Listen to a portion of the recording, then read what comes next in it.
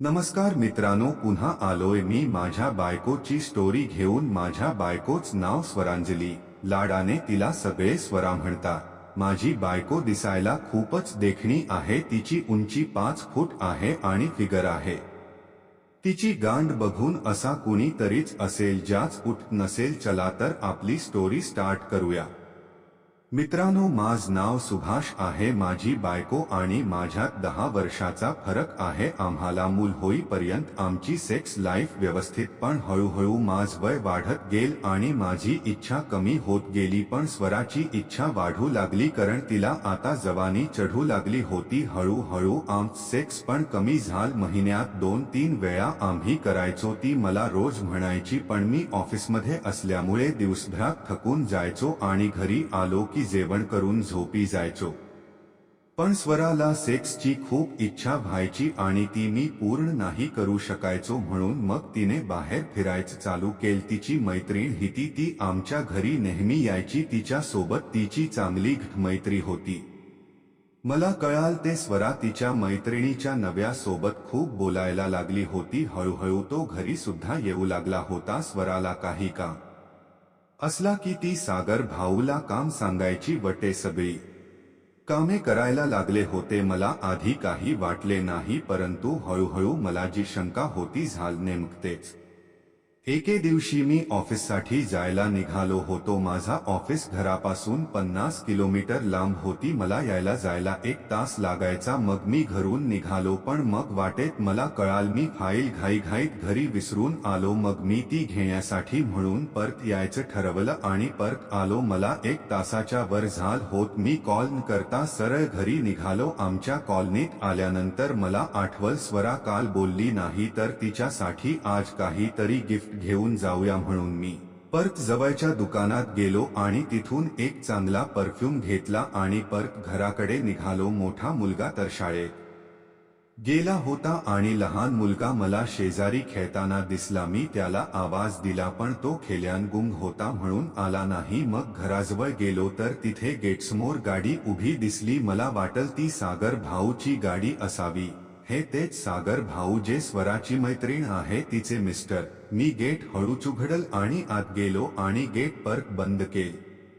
दरवाजा जवळ जाताच बेल वाजवणार तितक्यात आठवलं, मागचा दर नेहमी उघडा असतो। म्हणून मी मागच्या दराने जाण्यास ठरवलं आणि निघालो तर अचानक मला रूम मधून आवाज आला आणि माझ्या पायाखालची जमीन हलून गेली। तो आवाज होता माझ्या बायकोचा, म्हणजे स्वराचा।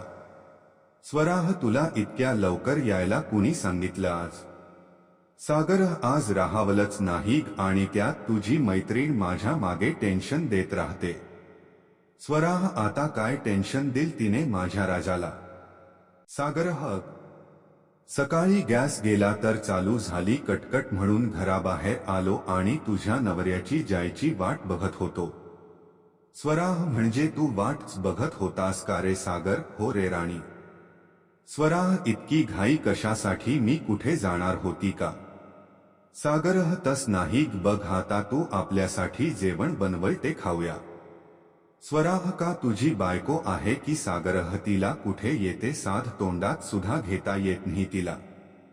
हे सगळं मी बाहेरून खिडकीतून ऐकत होतो, हे त्यांना माहीतच नाही। मी मग माझा मोबाईल काढला आणि सगळं रेकॉर्ड करायला चालू केलं आणि पुढे काय झालं ते सुद्धा ऐका। स्वराह, खर आहे रे आमचे हे, पण तसेच यांना तर धावता सुद्धा येत नाही। सागर, मी आहे जान जाव्याला।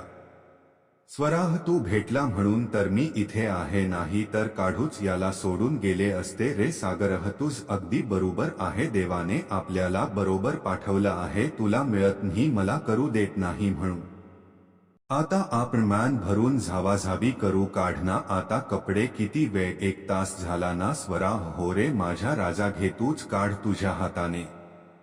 मग मी हे रेकॉर्ड करण्यासाठी मागच्या दारातून आत गेलो तर दर उघडच होत आणि आत गेलो आणि मोबाईल आत ठेवून तिथे उभा होतो। सागर, हो माझ्या राणीये, आता जवळ, आता सहन होत नाहीये। स्वरा, हळू काढ ना, फाडून टाकशील ना कपडे। सागर, हो गा राणी, थांब ना। स्वराह, क्या बात ही? सागर आज आधीच उभा झाला। तुझा तोंडात न घेता काय तोंडात घेतला? मी तर गळ्याला लाग रे मला। सागरह मग आज चोखणार नाहीस का तुझा लॉलीपॉप? स्वराह का नाही चोखेल मला खूप आवडत पण आज तू माझी गांड आणि पुची चाटशील तर मी चोखेल नाही तर नाही चोखेल. सागरह मला आवडत नाही तुला माहित आहे ना स्वराह ते मला नाही माहित चाटणार आहेस की नाही. सागरह नाही फक्त किस करतो. स्वरा ओके मग मी झोपते बेड वार ये माझ्या पुचीत. सागरह आलो ग मी माझे ओठ लावले पुचीला मला आवडलं नाही. इतक्यात स्वराने मास तोंड दाबल आणि मला तिची पुची चाटायला लावली.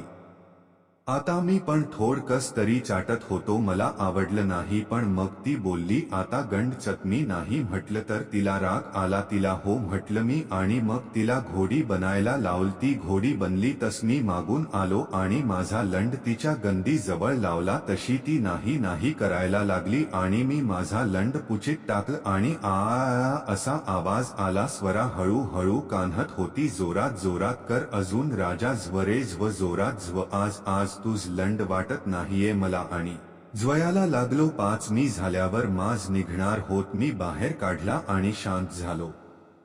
आता मी स्वराला म्हटलं चोख आता तिने नकार दिला मुलगा येणार आहे म्हणे आज बाकीच उद्या करू म्हणे मला वाटल तिला राग आलेला असाव म्हणून ती अस बोलत आहे म्हणून मी परत तिचे मऊ दाबायला लागलो चोखायला लागलो तशी तिला करात लागला तिने मला झटका देऊन पडल आणि माझा तोंडात घेऊन चोखू लागली. 5 मी चोखल्यावर माज काही उठेना मग तिला पण राग आला मला बोलली काळ झोपला वाटत म्हणे त्या कुत्री बरोबर मी हो म्हटलं म्हणून परत तिला राग आला आणि तिने माझ्या कानाखाली मारली आणि कपडे घालू लागली आणि मला शिव्या दिल्या भडव्या तुला दोन्ही पाहिजे असेल तर मिळणार नाही एक तर मी याती रांड तुला जी पाहिजे ती तू निवड.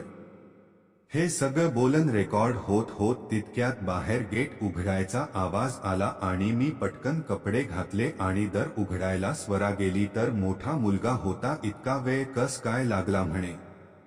स्वरा अरे सागर भाऊ अनही मी काम करत होतो अस म्हणून स्वरा आत आली तर मोठ्या मुलाने कपडे घालताना सागर काकाला बघितलं तर मुलगा काका तुम्ही कपडे का काढले? सागरह बाला काढले नाही रे पाणी पडल ना तर वाळू टाकले होते आता वाळले. हो का मला वाटल तुम्ही कपडे काढत होते. हे सगळे झाल्यावर सागर जायला निघाला त्याने माझी गाडी बघितली आणि टेन्शन मध्ये आला आणि बहरून आवाज द्यायला लागला स्वराताई भावजी घरी आहे का गाडी बाहेर आहे म्हणे. मग स्वरा आज गाडी नेली नसेल त्यांनी बसने गेले असतील. सागरह नाही ना मी गाडी नेताना बघितली ना मग गाडी इथे आली कशी. मग मी हळूच हॉल मध्ये आलो आणि दरवाजामधून बाहेर बघत आलो आणि बोललो मी घरातच होतो आज जे काही चाल आहे ते बघायला सगळं बघितलं पण रेकॉर्ड पण केल आणि आता इथून पुढे नेक्स्ट पार्ट मध्ये तेव्हा वाचायला विसरू नका लवकरच घेऊन येईल माझी बायको 2. आपल्या कमेंट